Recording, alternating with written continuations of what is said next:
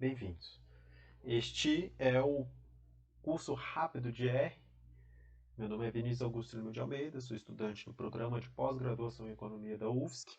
Estou cursando mestrado e uma das atividades exercidas no programa é o estágio docência e para a disciplina de avaliação econômica de políticas públicas, junto ao professor Francis Peterini, que é o meu orientador também, eu pretendo passar esse curso rápido de R. Esse curso ele está dividido com essa apresentação no primeiro momento, que indica a instalação do programa, e também na pasta que eu compartilhei com vocês, existe um script do R que indica exemplos e maiores funcionalidades do software. Bem, sumário é bem simples, tem apenas a motivação e os primeiros passos, né, no R. O R é uma linguagem de programação criada em 93, né, no Departamento de Estatística de Auckland, da Universidade de Auckland. Possui uma ampla variedade de estatísticas, de diversas modelagens, diversos testes estatísticos, análises de séries de tempo, cross-section, painel, e possui também um alcance gráfico muito importante e crescente, e possui grandes funcionalidades para a manipulação de múltiplas bases de dados. Como qualquer software, existem vantagens e desvantagens ao se utilizar o R.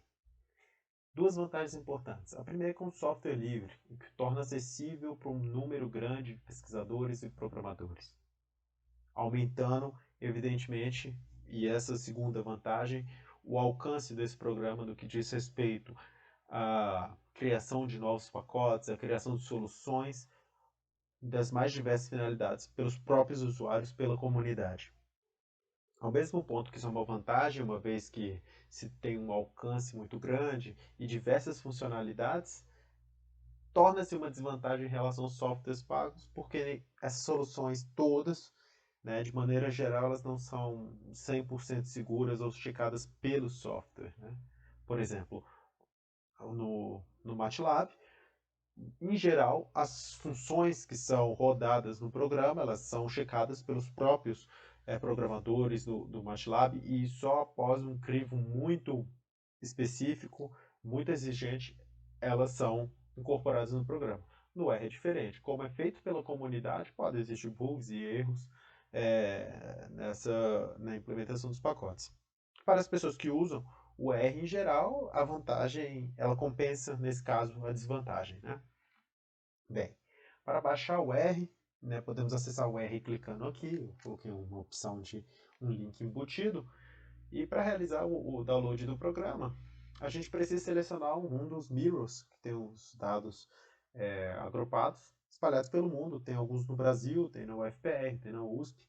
Você sai da Fiocruz, né? Basta clicar aqui, eu vou clicar nos dois links de uma vez por uma questão de praticidade. Aqui é o site do R. Aqui é o site do R, o mirror da Fiocruz, né?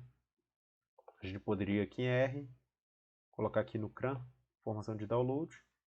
E aqui a gente pode ver os diversos países, né? O Brasil tem um aqui na Universidade Estadual de Santa Cruz, o FPR, a Fiocruz, tem um aqui na USP e aqui tem um na Exalc, né? Vários países aí tem os mirrors espalhados, né? Bem, nesse caso específico, vai depender do seu sistema operacional. Quem tem Linux aqui, quem tem o OS aqui, né? E quem tem um Windows, que é o meu caso, está aqui, está até já com uma cor diferente. E aqui eu clicaria em instalar o R pela primeira vez. Clicando aqui, seria efetuar esse download aqui, né? Da versão R 4.2.0, né? Então, essa é a informação que tinha no slide aqui, né? E após a instalação do R, ele pode parecer um pouco convidativo, né? Uma vez que ele tem esse layout aqui, é um layout um pouco quadrado, que eu tinha feito já um formatinho de rotina, né? E aqui a rotina sendo executada. Então, aqui é o console, aqui é o script. Não é muito amigável, tem poucas opções aqui de clicar, o layout é um pouco quadrado. Para isso, vou até indicar aqui, seria esse formato aqui do zero. Aqui é o console, aqui o script aqui atrás. Por exemplo, poderíamos colocar um mais um, fica aqui o resultado 2, aqui da mesma forma, digitar um mais um aqui novamente. Seleciona, botão direito, executar linha, 2. Então, um formato pouco amigável e ele não ajuda muito em relação à escala de aprendizado, né? Não é muito amigo nesse sentido. Então, o que acontece? Bem, uma interface para o R seria algo muito bem-vindo, uma vez que tornaria o aprendizado mais amigável, né? E o RStudio ele faz isso. O RStudio ele é uma roupa que coloca nesse layout do R e fica bem mais amigável, né? Para realizar o download do RStudio, basta clicar aqui nesse link. Aqui eu até abri duas janelas agora. E é o seguinte, aqui tem download de RStudio, tem 4 versões, 2 versões gratuitas de desktop server, 2 versões comerciais, né? E nesse caso baixaremos o RStudio Desktop, né? Aqui a gente pode colocar download. É importante isso, porque já precisa, né, ter o R instalado, e aí sim, né, o download do RStudio Desktop, e o recomendado para o meu sistema é esse daqui, né? Tem todos os outros aqui, os outros tipos de sistema operacional, aqui todos bem discriminados, né? Então, com isso, a partir daqui, essa apresentação se encerra, né, esse Beamer, e a partir desse momento tem um script no R chamado curso rápido R, na pasta que foi compartilhada, e tem o intuito de apresentar o funcionamento básico, né? Então, qualquer dúvida, esse é o meu e-mail acadêmico, né? Podem escrever dúvidas relativas a essa apresentação e a esse curso de R, né? Vamos lá. Esse daqui é o R. Bem, aqui eu coloquei algumas informações, né? Primeira coisa é que esse jogo da velha, ele permite fazer comentários, né? Então esse cenário foi programado para você trabalhar nessa interface de RStudio. É um visual mais amigável. O nome desse documento é RScript. Essa parte aqui que eu estou, né? Pode ser criado dando Ctrl Shift N. Aqui cria-se um novo script. Ou aqui embaixo de File, criando um novo script. Bem, existem outras duas janelas, né? Além do script e do console, que é aquela mesma que faz as operações lá do R tradicional. Aqui é o console, R console, e aqui é o console também. Bem, aqui é o environment, né? Global environment, que as tabulações são salvas, e aqui nesse canto inferior tem as informações de gráficos, se solicitado, né, os gráficos plotados, indica os pacotes instalados, né, aqui por exemplo, packages, indicaria os pacotes instalados, e indicaria também ajuda nos pacotes, né, aqui no help, ajuda nos pacotes para alguma função. Aqui tem alguns pacotes já que foram baixados, aqui tem um help de uma função específica que a gente vai utilizar no decorrer do curso.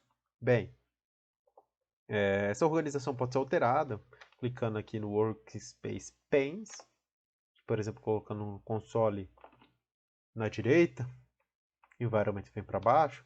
Eu estou usando o formato padrão, né? Um formato já mais, entre aspas, mais consagrado. Bem, cada linha de programação pode ser rodada da seguinte maneira: a gente coloca o comando, seleciona com o botão direito, e então deve-se clicar em Run, né? O Run também aqui, no canto direito, né? Ou simplesmente executar Ctrl Enter, né? Aqui embaixo no console funciona daquele mesmo jeito. Coloca um mais um, digamos, aperta Enter, já é suficiente para o console. Para armazenar a tabulação, basta dar o nome seguido dos símbolos igual ou essa seta. Para instalar um pacote, usa-se a função install packets e, entre aspas, o nome do pacote. Para utilizar esse pacote, require, entre aspas, o nome do pacote, ou mesmo library, entre aspas, o nome do pacote. O layout original do R não é esse que eu estou usando.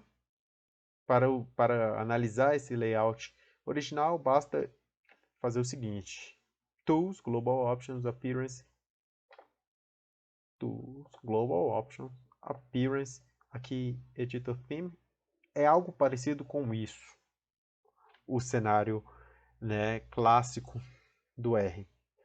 Eu uso óculos, eu costumo trabalhar longamente no R, horas seguidas, então para mim é muito claro, mesmo com o brilho baixo do computador. Então eu prefiro um fundo escuro, né? Então vou lá em Tools, Global Options, Appearance, seleciono da minha preferência aqui, que é o Tomorrow Night, por enquanto, mas tem todos os outros, né? Para mim fica menos abusivo para a minha visão. Bem, agora tem um sumário que a gente pretende analisar, né? Vamos criar algumas tabelas básicas do zero e também importação de dados com manipulações com alguns exemplos mais ou menos relativos e próximos da economia e da disciplina de avaliação econômica. Bem,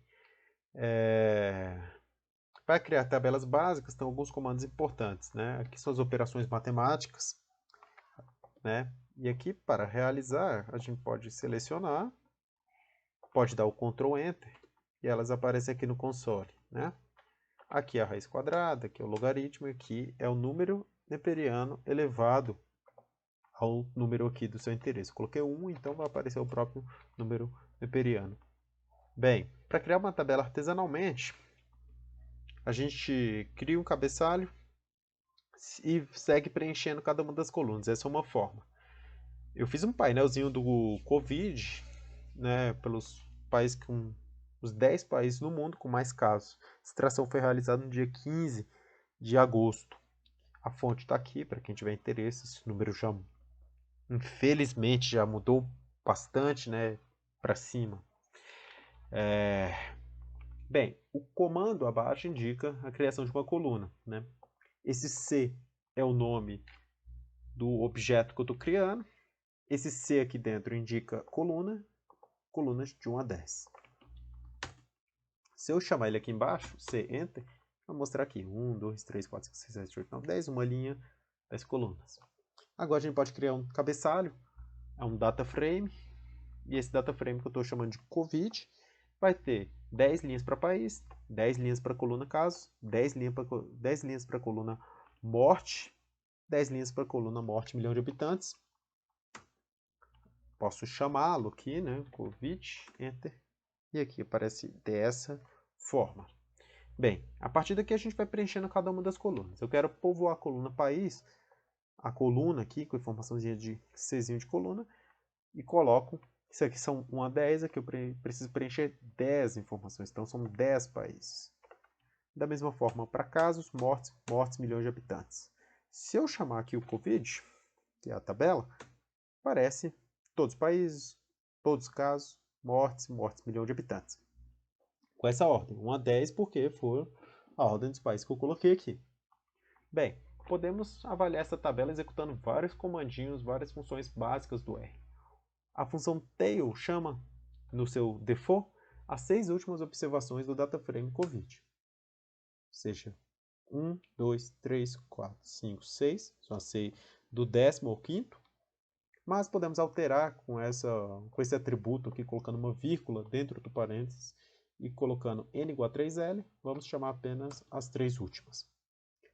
O head indica já o contrário, são as 6 primeiras observações no default, pode ser 7 primeiras se a gente utilizar essa informação adicional aqui.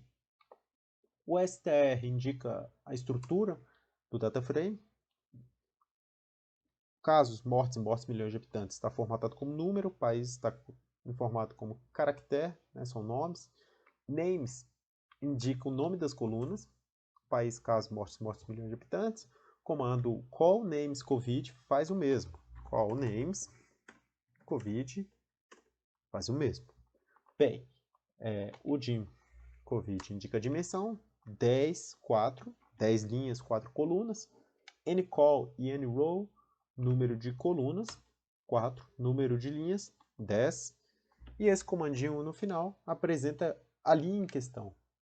Quero ver a segunda linha do DataFrame Covid, é essa linha aqui, né?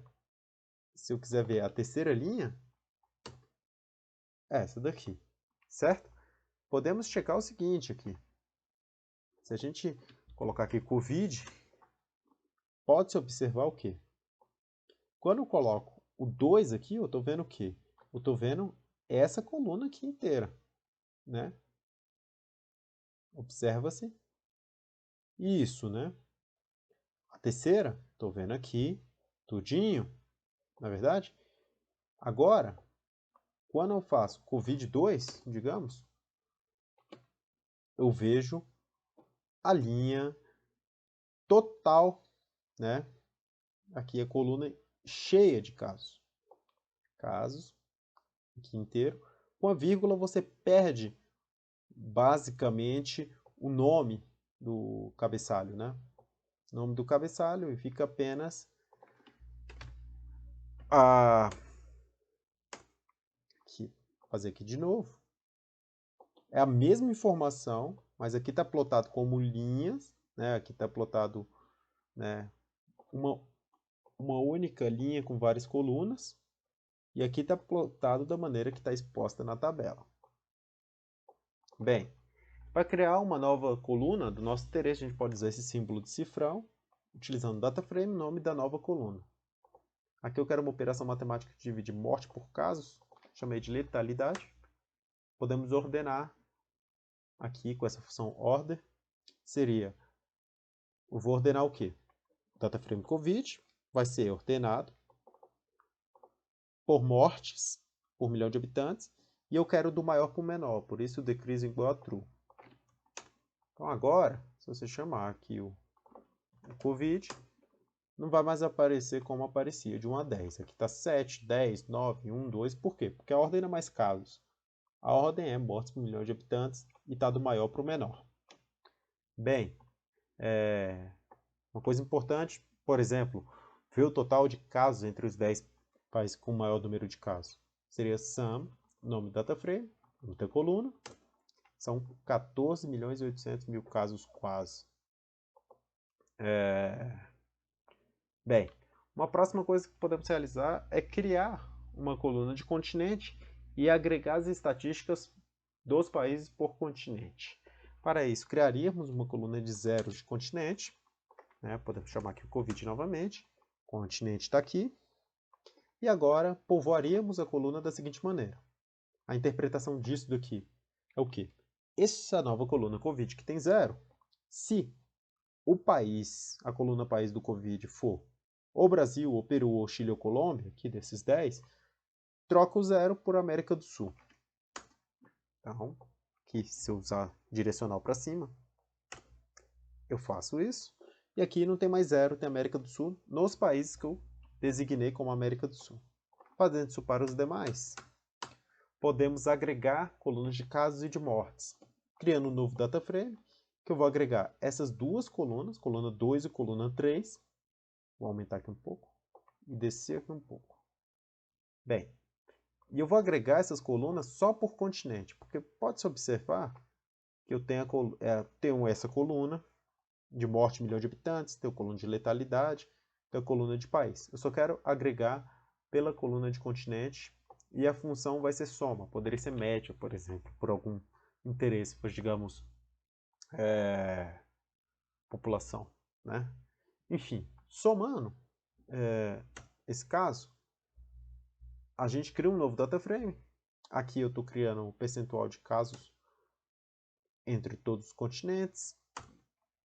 Aqui eu renomeio as colunas 2 e 3, porque chamando aqui o COVID_C, que é esse novo arquivo que eu criei, temos a América do Norte, que tem 40% das mortes do top 10, 40% dos casos do top 10 e 47% das mortes do top 10. A América do Sul tem 30% dos casos e 31% das mortes. A Ásia tem 22% dos casos, 13% das mortes, por aí por diante. Eu vou renomear essas duas colunas por casos underline C e mortes underline C, porque eu vou parear as duas informações do data frame COVID e do data frame COVID-C. E além de parear essas informações, como elas têm um nome coincidente, casos e mortes, ficaria caso.x, caso.y, e isso não é interessante. Pode confundir, então já vou renomear daqui. Quando eu agrego essas duas informações, e essa função merge é muito importante por isso, ela junta os dois data frames, COVID, COVID underline C, por uma coluna em comum. Se selecionarmos aqui COVID, pode-se observar que a coluna em comum aqui é continente. Tem continente aqui, tem continente aqui. Então, basicamente, a coluna casos, mortes, percentual de casos, percentual de mortes, ela vai se juntar aqui de alguma forma, né? Então, vamos ver como isso é realizado. All igual a true significa que todas as informações devem ser mantidas, né? Caso quiséssemos manter apenas um data frame ou outro, colocaremos all.x, a ordem. Isso é x e isso é y, né? Bem, realizando esse comando, vou chamar aqui o COVID novamente. Pode-se observar que temos o continente, o país, número de casos, número de mortes, milhões de habitantes, até aqui tudo igual. Só que essas quatro últimas colunas são as colunas do data frame COVID underline C que foram mescladas. E algumas repetidas. Por exemplo, América do Norte tem 2 países, então ela vai aparecer a mesma informação duplicada. Porque aqui só tinha uma linha, América do Norte aqui aparece uma única vez. América do Norte aqui já aparece 2 vezes México e Estados Unidos. Bem, agora eu posso remover esse data frame COVID underline C apenas com esse comando rm entre parênteses. Para plotar um gráfico de barras, vamos usar essa função aqui do bar plot. Eu quero fazer um gráfico de letalidade, que chama letalidade. O main aqui é o título, sempre entre aspas. O eixo X vai chamar letalidade, o eixo Y país. Names.arg é o nome de cada uma das barras. A cor é azul escuro e esse oriz igual a T é a indicação de que essas barras deverão estar na horizontal. Então, vai aparecer esse gráfico aqui, nessa fase. Pode-se notar como é amigável esse cenário do R, né? Como fica tudo muito claro, né? Como as observações, por exemplo, clica-se em COVID aqui, você vê uma tabela separada, uma planilha, né? Então, fica bem mais amigável do que aquele cenário, né, do R sem o RStudio. Pode-se observar que nem todas essas... Olhando desse jeito aqui, nem todas as barrinhas estão com nome, porque precisa dar um zoom. Dando um zoom, todo mundo está com um nomezinho, então o gráfico está certo. Só uma questão de zoom. Uma segunda tabela que a gente vai criar são as mortes por milhão de habitantes. É o mesmo esquema, mas agora a informação se as barras estão na horizontal está como false, então vai ficar na vertical. A África do Sul não apareceu aqui, né? Nem todos os países aparecem. Dando zoom, todos os países aparecem aqui. Chamando a atenção para os Estados Unidos e Índia, né? Que são os países com o maior número de mortes por milhão de habitantes. Bem, para remover aqui, a gente pode usar esse comando, rm parênteses data frame, ou para excluir todos eles, rm list igual a ls. Nesse caso aqui, vamos excluir todo mundo e vamos para o segundo exemplo, que é um exemplo de usar os comandos de cbind, que é juntar as colunas, e o rbind, que é juntar as linhas. Aqui eu gero 15 números, quer dizer, um n igual a 15, podem ser 15 números. Esse comando quer dizer que eu vou gerar um total de n números, seguindo uma distribuição normal, com média e matriz de variância com variância. Então, crio o x1, crio o x2, crio o x3. Pode observar esses números aleatórios aqui, né? E se quisermos juntar esses números, podemos juntar tanto com o cbind como com o rbind. Com o cbind, o que ele faz? Ele pega essa informação, transpõe, ou seja, isso daqui parece uma linha com 15 colunas. Então, isso daqui vai virar uma coluna com 15 linhas, né? vai transpor e vai colocar uma do lado da outra, nessa ordem que eu designei. Se eu colocar isso no formato de data frame e clicar aqui, podemos ver como ficou o formato. Ele transpôs essa informação, 55.5, 32.3, 63, tá? Agora, né, na vertical, digamos. E pode-se observar principalmente que temos 15 linhas, 3 colunas. Para o RBind, vamos fazer o mesmo mecanismo. E agora, usando o comando RBind, ficamos com 3 observações e 15 variáveis. O comando, a informação fica deitada, os x, né? Então, tem essa diferença importante aí do C para o RBind. Enquanto o RBind, ele encaixa um data frame em cima do outro, o CBind coloca um data frame do lado do outro. Tem essa diferença. Bem, existe um comando importante, uma função de transposição, que é o reshape. E para isso, criei um exemplo abaixo, né? Um exemplo de penalidades assinaladas e penalidades convertidas fictício com alguns times selecionados. Primeiro, criamos um vetorzinho, né? Esse data frame terá 3 colunas, time, pênalti e quantidades, e para cada uma delas 10 linhas. Povoamos com times, com pênaltis e com a quantidade de pênaltis. Se observarmos aqui esse arquivo, temos que o Vasco da Gama se repete 2 vezes, todos os times se repetem 2 vezes, Palmeiras, Fluminense, Avaí e Internacional. Os pênaltis são convertidos, são marcados. E as quantidades? Bem, a transposição funciona da seguinte forma. Essa função aqui que eu estou criando um data frame com outro nome, justamente para não perder essa informação. Em primeiro lugar, a gente coloca o nome do arquivo que a gente quer transpor. Reshape, abre parênteses. O arquivo que a gente quer transpor. Idvar significa o nome das variáveis no formato long, isso daqui é um formato long, né? Que estarão presentes no formato wide apenas uma vez. E nesse caso, aqui seria o time. Vasco, Palmeiras, Fluminense, Avaí Internacional, que aqui estão duplicados, só vão aparecer uma vez, por isso que aqui está time. O vnames indica as variáveis no formato long, que virarão múltiplas variáveis no formato wide, que é a quantidade. Ou seja, 15, 12, 10, aqui no formato long, vai virar 2 colunas. Né? Porque o que vai acontecer basicamente é que do 6 ao 10, essa coluna vai ser transposta para cá, né? E a informação do Vasco da Gama e do Palmeiras, por exemplo, que estão duplicados, ficaria só uma informação. O timeVar seria a variável no formato longo que será transposta em colunas, que são os pênaltis. Não vai ter mais pênalti convertido e marcado em uma única coluna. Vai ter a coluna dos pênaltis convertidos, a coluna dos pênaltis marcados. E a direção que é o wide, que é essa direção transposta. Bem, apresentando como ficou, time, quantidade convertida dos pênaltis, 15, quantidade dos pênaltis marcados, 17, e assim por diante. O data frame, que era uma matriz 10.3, vira uma matriz 5.3. Renomeando as colunas aqui, quantidade ponto convertido vira pênalti convertido, quantidade ponto marcado, pênalti marcado, e calculando a proporção de acertos aqui, usando o cifrão, faço a divisão, ordenando quem acertou mais para quem acertou menos, indicando aqui como ficou com essa coluna e removendo aqui. Chegamos à segunda parte do curso, né? A segunda parte é a importação de diversos arquivos. Bem, são 2 etapas fundamentais aqui.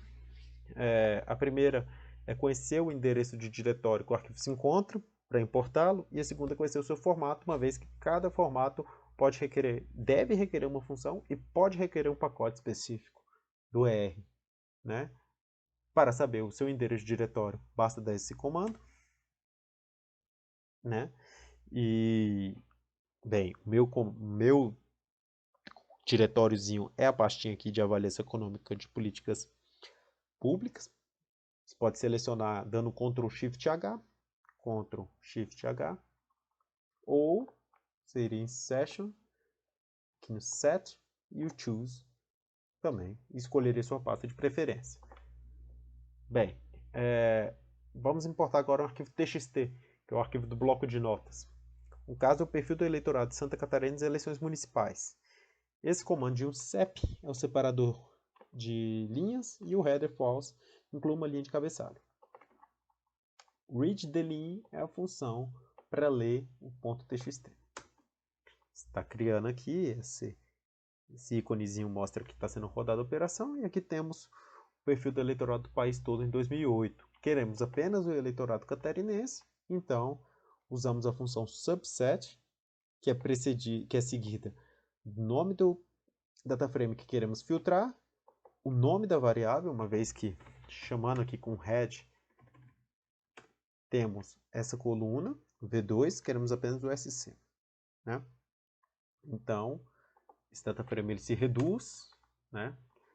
E agora podemos, aqui, Abdon Batista, né? Nesse caso aqui, interpretando a tabela, no ano de 2008, Santa Catarina e Abdon Batista, né? Temos uma pessoa, que é uma mulher de 16 anos com fundamental completo, 4 pessoas, 4 mulheres de 16 anos, fundamental incompleto. Bem, olhando o perfil de escolaridade dos catarinenses, temos aqui as quantidades usando o table, né? Aqui seriam 4.284 grupos de pessoas, né? Faixas etárias distintas em vários municípios, que não são 4.284 pessoas, são 4.284 grupos de pessoas que devem ter mais de uma pessoa. Bem, a mesma coisa a gente pode fazer aqui, olhando o perfil etário, a informação é a mesma.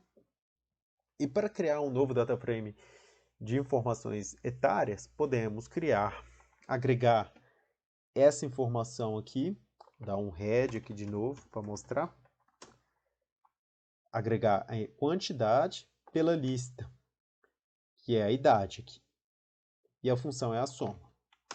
Bem, aqui podemos clicar, podemos observar aqui que temos 32 mil pessoas com 16 anos, 1 milhão de pessoas entre 25 e 34, 71 mil pessoas, 711 acima de 79 anos e tudo mais. Por uma questão de praticidade, vamos tirar o inválida com esse símbolo aqui diferente, a função subset, vai perder aquelas pessoas, e vamos criar a participação do eleitorado, né, que é o total de eleitores dividido, né, que é o eleitor da faixa de idade específica pelo total de eleitores. E agora vamos criar um bar plot daquela mesma forma que a gente conhece, e fica aqui, com esse formatinho. Se ampliarmos, teremos aqui todas as faixas etárias, olhando que esse eleitorado aqui, né, o eleitorado que tem a maior fatia dos municípios catarinenses, 45 a 59 anos, seguido de 25 a 34. Né? Bem, podemos remover esses dois. E vamos para um segundo exemplo, que é usando o arquivo CSV.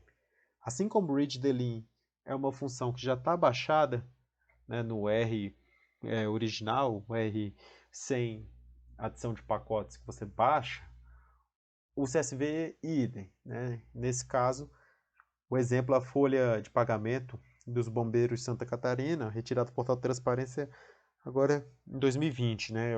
Informação de junho ou julho de 2020. Bem, a função chama read CSV2, né?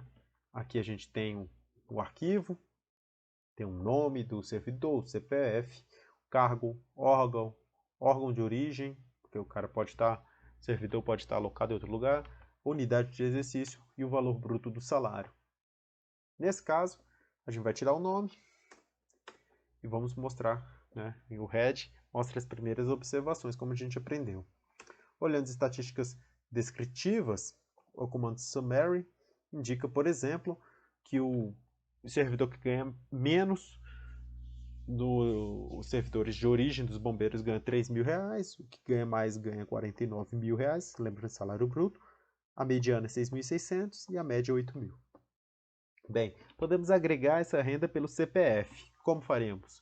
Somaríamos, né? O aggregate é uma função que agrega, ela pode somar, pode tirar a média, mas nesse caso vai somar o salário pela lista de CPF e unidade de exercício. O FAN igual a sum, indica uma soma. E agora vamos renomear aquela coluna de valor que coluna quando você roda o aggregate ela fica com x. Vamos trocar o x pelo nome rende remuneração. A gente pode excluir CPF duplicado, a gente sabe que tem servidores que estão em 2 cargos, vamos ignorar. A gente perde algumas observações, vou criar uma coluna de uns. E agora vamos avaliar os bombeiros lotados nos batalhões, filtrando essa expressão PBM dentro da coluna unidade de exercício. Isso é importante ressaltar.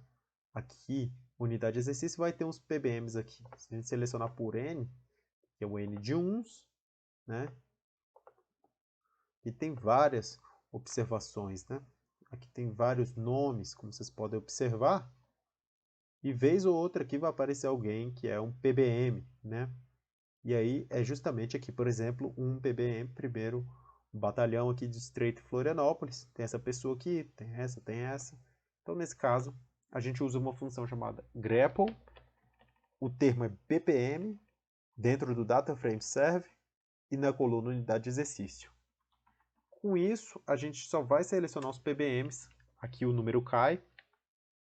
E aqui a gente vai agregar, né, as colunas, indicando para vocês as colunas de remuneração e o N, né, pela unidade de exercício aqui, né? Vamos, por exemplo, no primeiro PBM de Estreito Florianópolis, o primeiro batalhão do Bombeiro Militar, tem 15 pessoas lotadas e um salário total de quase 100 mil reais. Nesse caso, estamos selecionando os batalhões. Eu entrei no site lá dos bombeiros e tem todos esses aqui. Primeiro batalhão em Florianópolis, segundo Curitibanos, Blumenau, Criciúma, Lages, Chapecó, Itajaí, Tubarão, Canoinhas, São José, Joaçaba, São Miguel do Oeste, Balneário Camboriú, Xanxerê e Rio do Sul. Estou criando uma coluna chamada batch e estou usando o comando grepl para criar variáveis binárias, né? 1 para o primeiro BPM até 15 para o 15º BBM, desculpa. Bem, vamos deixar aqueles batalhões, apenas aqueles que têm batalhões selecionados. A gente perde 5 observações. E aqui vamos plotar uma densidade de kernel para a remuneração dos batalhões. Plot, entre parênteses, density, a variável de remuneração, o título é esse. Densidade de kernel, remuneração dos bombeiros, a cor azul escuro, o eixo X renda, o eixo Y densidade. Essa é a densidade aqui de renda, né, dos bombeiros aí, dos batalhões. E agregando a renda por batalhão, ficamos com os 15 batalhões, criamos remuneração média dividindo remuneração total agregada pelo N e plotamos outra densidade de kernel de remuneração média, notando que ela tem 2 picos aqui, um aqui chegando 6.500 e esse significativo aqui um pouco antes de 7.500 e o salário máximo aqui não passa, né, de 8.500. Para salvar, usamos o write.csv2, o nome do dataframe, o nome do file que você quer salvar e esse comando rownames igual a falso para não colocar os números aí, os nomes das linhas, né? Eu vou travar aqui porque não é do meu interesse nesse momento realizar esse download. Como um exemplo de didática, a gente pode salvar aqui, ir aqui na minha pasta, pode-se observar aqui que o nome é serve_bbm, for aqui serve_bbm, abrindo aqui o Excel,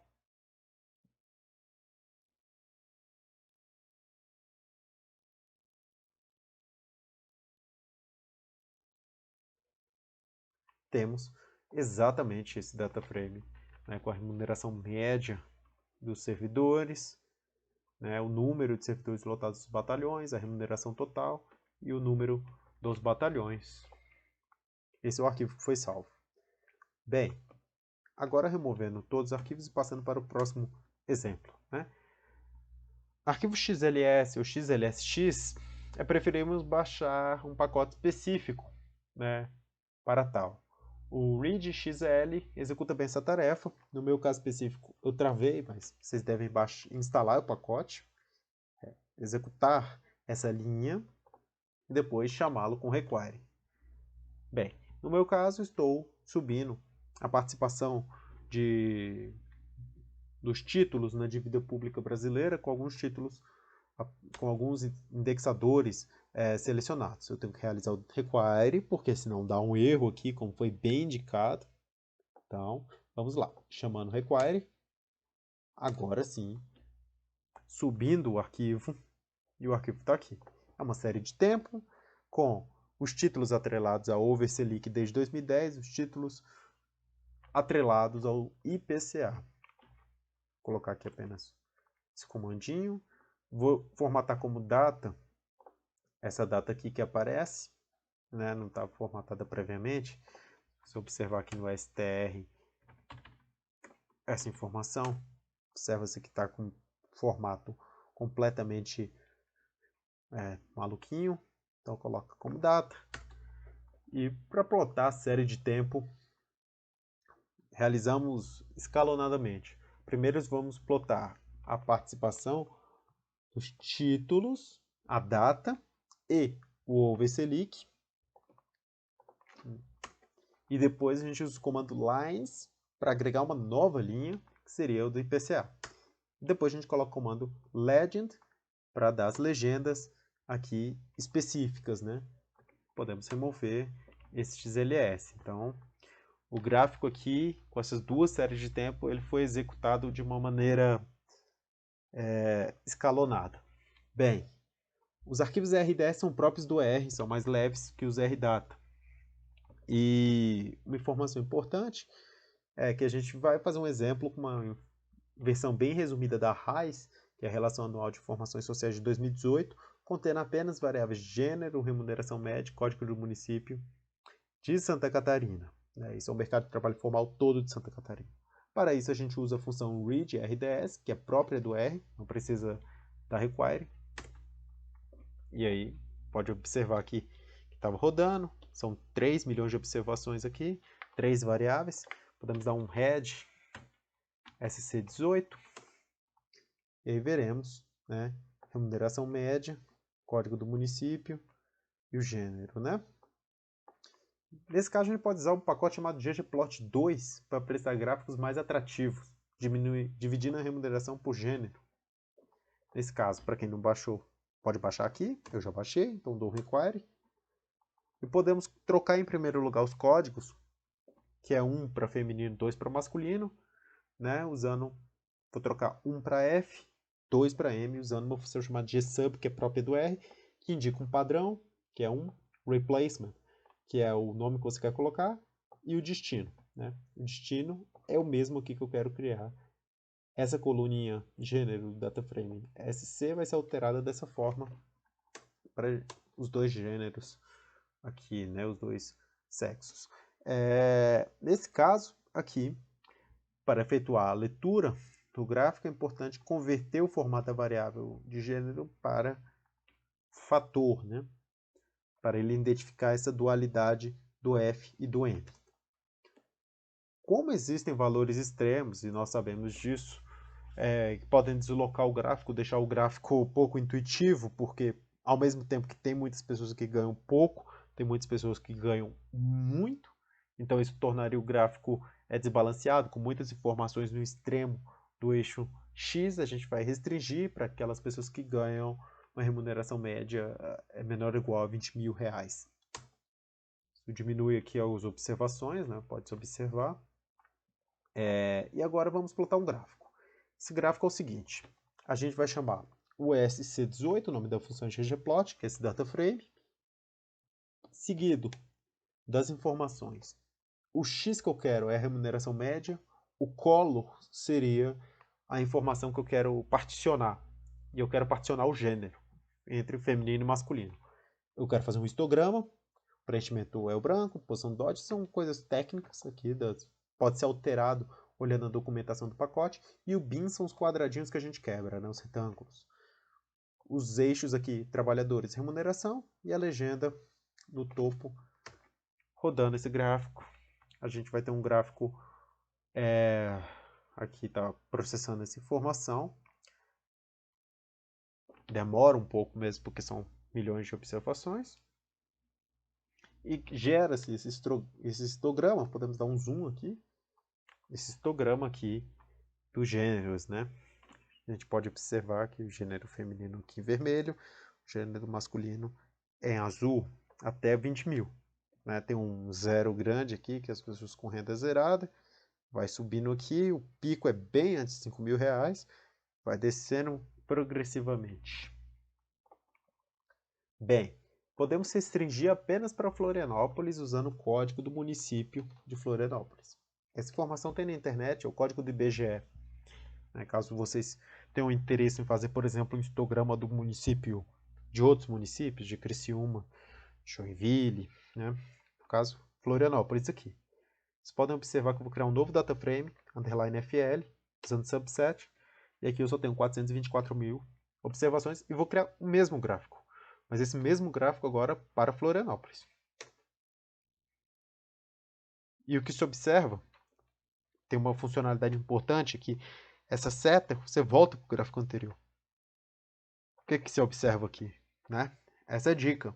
Analisar as diferenças entre histogramas agregado, né, do estado de Santa Catarina e de Florianópolis. O que eles sugerem em termos de renda, em termos de renda média, digamos, né? Florianópolis, em geral, as pessoas têm mais renda do que no estado como um todo.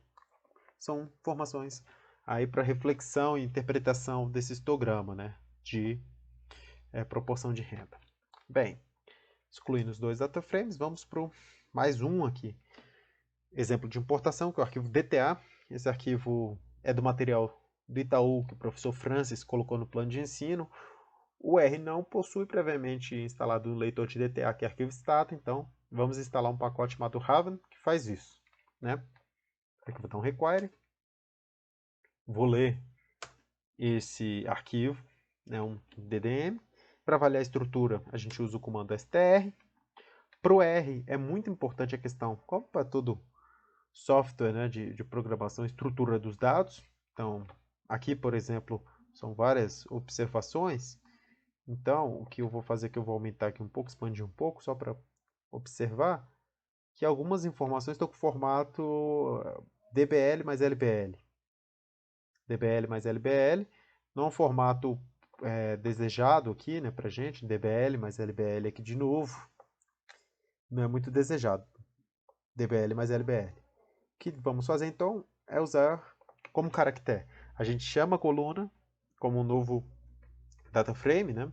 Não é um novo data frame, porque a gente está só fazendo uma função que vai ter efeito somente no data frame DTM na coluna ID. E estou renomeando como caractere, s.caractere, força a coluna a mudar sua estrutura para caractere e idade e renda para número. Dando um sumário, a gente pode pegar as informações quantitativas, né? Aqui são variáveis discretas e variáveis binárias, então não tem muito, como luz, por exemplo, não tem muita intuição, tirando que a maioria das pessoas, por exemplo, tem energia elétrica aqui nesse caso, aqui a renda per capita, né? Aqui o máximo, o mínimo, né? Aqui a média, a maioria das pessoas com tratamento, a maioria das pessoas possuem cônjuge, né? O tempo está dividido entre antes e depois do programa. Aqui tem a largura, aqui o tamanho do arquivo, são 6.000 observações, são caracteres. Bem,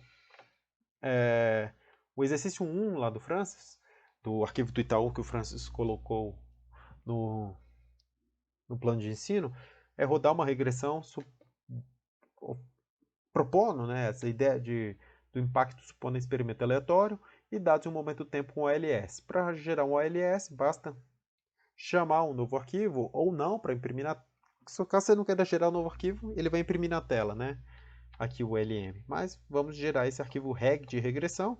Vamos regredir y contra x, renda contra se o cara foi tratado ou o indivíduo não foi tratado. E a data, não é só o DDM, vai ser um subset para pegar só depois do tempo de que o programa foi realizado. Então, podemos chamar esse reg aqui. Chamar esse reg aqui significa ver essa regressão, né? Que é significânciazinha, os códigos, que vem com o intercepto. Bem, podemos calcular um modelo logit para a inclusão de scores de propensão entre tratados e não tratados, para ver a probabilidade de conclusão de acordo com as variáveis observáveis de escolaridade, luz, idade, cônjuge. Nesse caso, rodamos um logit. Logit é GLM, o family é binomial, entre parênteses aqui fechado. É um pouco diferente do ALS e também já vem uma função que já vem baixada junto com o R tradicional que a gente instala. Para dar um summary aqui, a gente vai observar logit rodado. E agora podemos criar esse dataframe DTM_PS de propensity score. Vamos criar um dataframe que tem o score de propensão, que é justamente a previsão desse modelo que a gente rodou, né? Com Y1 sendo informação de tratado.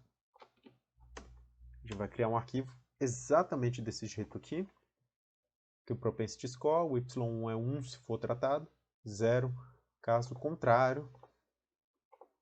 E agora podemos criar gráficos da densidade de kernel para os dois casos. Primeiro a gente plota o caso que o propensity score, vamos traçar o propensity score do menor para o maior, a densidade dele para os tratados, antes do que a gente chama de PSM, né? Que é o propensity score matching. Aqui é antes, o score de propensão original dele. E aqui a gente vai... Essas são as pessoas que passaram pelo tratamento. Esse é o grupo de controle, né? Aqui uma legenda para ficar tratado de controle. E pode-se observar primeiramente que ainda que eles não estão completamente agrupados, né? Não está exatamente o gráfico, não está um em cima do outro, as curvas. E o suporte não é totalmente comum, porque tem essa parte aqui, abaixo de 35, que continua tendo controle e não tem tratado. Que são as probabilidades, né, de ter, né, participado do programa, né? Então, para criar um pareamento, a gente precisa uma rotina para fazer o score de propensão, o pareamento de score de propensão. A gente precisa ordenar o score de propensão do menor para o maior. Aqui, observando do menor para o maior. E vamos usar um método chamado o vizinho mais próximo, né? O pareamento de vizinho mais próximo, que é o quê? Vamos criar uma coluna de suporte comum. Para executar esse propensity score matching, precisa de duas características. A primeira é o que a gente chama da questão das variáveis observáveis, que significa que ao rodarmos esse logit que rodamos aqui, estamos pressupondo que a escolha do indivíduo, a decisão do indivíduo de participar ou não do programa, ela esteve condicionada unicamente pelas variáveis observáveis aqui.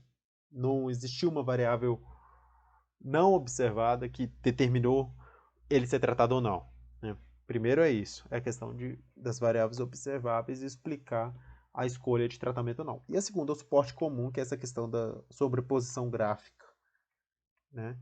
Então, nesse caso, vou criar uma coluna de suporte chamada de 0, e no primeiro momento eu vou atribuir 1 para essa coluna de suporte se o indivíduo foi tratado.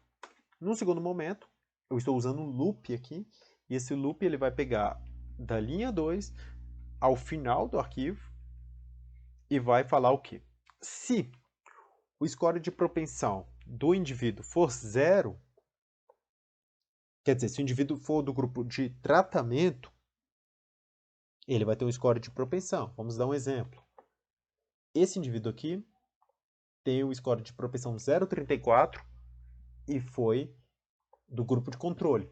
Entretanto, existe um indivíduo com 0,33 que é do grupo de controle, mas existe um 0,341 que é o mesmo score de propensão que ele, que é tratado. Por essa rotina e esse looping que iremos fazer, esse indivíduo aqui que é 0, no suporte ele passa a ser 1. Por quê? Qual a lógica? A lógica é que existe um indivíduo que é muito parecido com ele no grupo de tratamento e no grupo de controle. É um indivíduo com características que reproduz o mesmo score de propensão. E aí a única diferença deles, baseado nesse score de propensão, é que um indivíduo participou do programa e outro não. Por isso que o indivíduo que não participou passa a participar do score do suporte comum. E o mesmo vale para o indivíduo com score superior. Nesse caso aqui, por exemplo, esse indivíduo tem 0,361 e ele é do grupo de tratamento. Entretanto, o indivíduo com 0,358 e o indivíduo com 0,361, que é o mesmo score dele, são do grupo de tratamento. Então, no suporte, esse 0 passa a ser um número 1, porque os indivíduos, os vizinhos dele, de cima e de baixo, com scores de propensão praticamente iguais, né, são do grupo de tratamento. Então, esse indivíduo do grupo de controle também passa a ser do grupo de tratamento. Então, realizando esse loop, a gente altera esse arquivo, e esse caso que eu expliquei do 034.1, por exemplo, o indivíduo passa a ser 1. Ele era 0, passa a ser 1. Esse indivíduo aqui era 0 e passa a ser 1 também, porque o indivíduo anterior aqui tem um score de propensão muito parecido. Bem, a lógica aqui para finalizar o exercício é comparar e entender essas densidades de kernel no grupo de tratamento e controle antes e depois do PSM. Né? Aqui é depois do PSM. Vou fazer aquela mesma fórmula. Eu vou indicar como ele ficou antes e depois. Ele era assim, e depois PSM ele fica assim, ou seja, fica muito mais próximo usando esse método. Né? Aqui já foi rodado o Propensity Score Matching, né? Olhando aquele score de propensão do modelo Logit. E a intuição disso tudo é que, como normalmente experimentos de avaliação de política pública, eles não são aleatórios, né? Eles precisam ser aleatorizados. Então, para se aleatorizar, uma alternativa é criar, né, essa ideia de que para cada indivíduo no grupo de tratamento tem um contrafactual no grupo de controle. Né? E para isso você precisa da questão do suporte comum. Para isso você precisa, nesse método, a questão das variáveis observáveis. Então, pode-se observar aqui no antes e depois, que fica a análise entre tratado e controle, para explicar renda, por exemplo, desses dois grupos, ficaria muito mais homogêneo, esses dois grupos, depois do que antes. Bem, removendo aqui os arquivos todos, chegamos ao fim aí do curso básico de R. Eu espero que tenha sido de proveito. E uma coisa muito importante que, quando eu comecei a mexer em R, não faz muito tempo, me explicaram, foi que essa linguagem de programação específica, como várias outras, uma grande forma de aprendizado dela é a necessidade. Né? Então, partindo do pressuposto que você necessita passar por alguma solução, ou criar alguma solução, por exemplo, manipulação de bases de dados muito longas, e que as alternativas elas se tornam mais ineficientes, como por exemplo um Excel, e as operações aqui começam a ser mais rápidas do que as operações no Excel, digamos, começa a se tornar interessante usar essa programação. E uma coisa importante também, que é uma vantagem, só retomando aquele tópico da apresentação, é que por ser um software livre, por ser uma comunidade muito grande de programadores em R, em geral, as dúvidas que nós temos, que essa é uma certeza ao usar o R, sempre vai haver uma dúvida de como programar alguma coisa, como formatar uma base de dados, como criar fórmulas e tudo mais, criar loops em geral, sempre haverá, né, via de regra, na maioria esmagadora dos casos, uma solução pronta na internet. Alguém já teve essa dúvida do outro lado do mundo, ou aqui perto mesmo. Tem sites e fóruns que explicam e detalham muitas vezes soluções de problemas que estamos enfrentando. Então, essa é uma vantagem muito grande do R. Eu espero que vocês tenham gostado do curso, espero que seja de proveito, espero que as programações ajudem e, na medida do possível, incentivem vocês a usarem o R. E vocês têm meu e-mail acadêmico. Qualquer dúvida, estou à disposição. Espero que todos tenham um excelente semestre na disciplina de avaliação econômica de políticas públicas. E até lá, nos vemos. Foi um prazer.